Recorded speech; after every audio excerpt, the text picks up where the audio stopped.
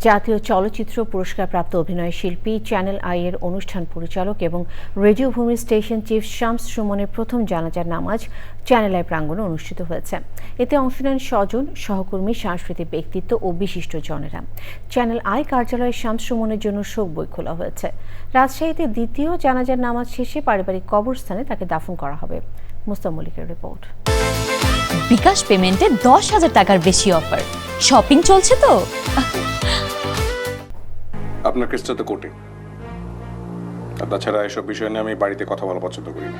মঞ্চ, ছোট পর্দা কিংবা বড় পর্দা, অভিনয়ের প্রতিটি মাধ্যমে শামস সুমন রেখে গেছেন নিজের স্বতন্ত্র ছাপ, ভালোবাসা আর নিষ্ঠার গভীর স্বাক্ষর। কাল থেকে একটা নতুন টিউশনি শুরু হবে। মঙ্গলবার সন্ধ্যা 6:43 রাজধানীর ল্যাবেইড হাসপাতালে শেষ নিঃশ্বাস ত্যাগ করেন তিনি। রাতেই তাঁর নিথর দেহ নিয়ে আসা হয় প্রিয় কর্মস্থলে।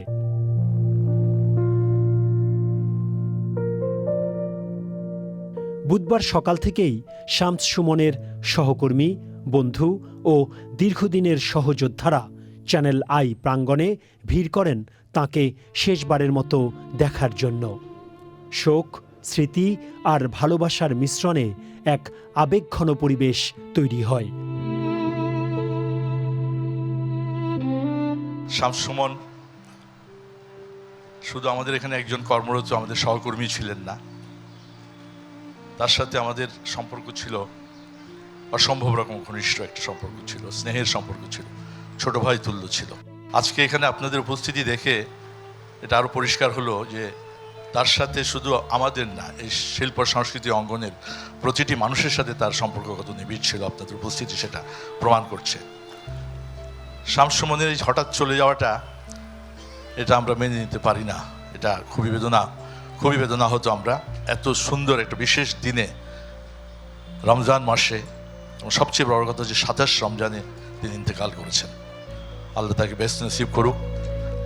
পরিবারের পক্ষ থেকেও শামস সুমনের স্মৃতিচারণ করা হয় গভীর বেদনা ও ভালোবাসায়।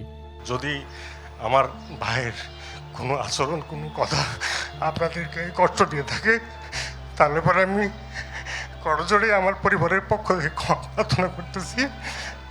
আমার ভাইকে আপনারা মাফ করে দিন দিল থেকে। ভালো ছিল, আপনারা সবাইকে শামস সুমনকে মাফ করে দিয়েছেন, আলহামদুলিল্লাহ। যদি কোনো দেনা পাওনা থাকে, ছোটন যেভাবে বলে গেল, আমিও জিম্মেদারি নিচ্ছি, আমাকে জানাবেন, ইনশাআল্লাহ আমরা এটা ফুলফিল করব। এরপর অনুষ্ঠিত হয় জানাজার নামাজ। নীরব প্রার্থনায় সবাই কামনা করেন তাঁর আত্মার শান্তি। আল্লাহু আকবার, আল্লাহু আকবার, আল্লাহু আকবার। আসসালামু আলাইকুম ওয়া রাহমাতুল্লাহ। দীর্ঘদিনের সহকর্মী, বন্ধু এবং রাজশাহীর সহপাঠীরা ফুল দিয়ে শেষ শ্রদ্ধা জানান প্রিয় মানুষটিকে। আমাদের ওই সময়ের যে তারুণ্যের যে উজ্জ্বলতা, সেই সময় যেটা বহন করছিল, আজকের এই মৃত্যুর আগ পর্যন্ত তাকে সেরকমই প্রাণবন্ত দেখেছি। 82, 83, 84 থেকে 90 পর্যন্ত সুমন যেমন স্বর্ণনের সঙ্গেই সেখানে ছিল। আমরা 90-এর আন্দোলনের সময়ও সুমন রাজশাহী বিশ্ববিদ্যালয়ের সাংস্কৃতিক জোটের সঙ্গে ওতপ্রোতভাবে যুক্ত ছিল।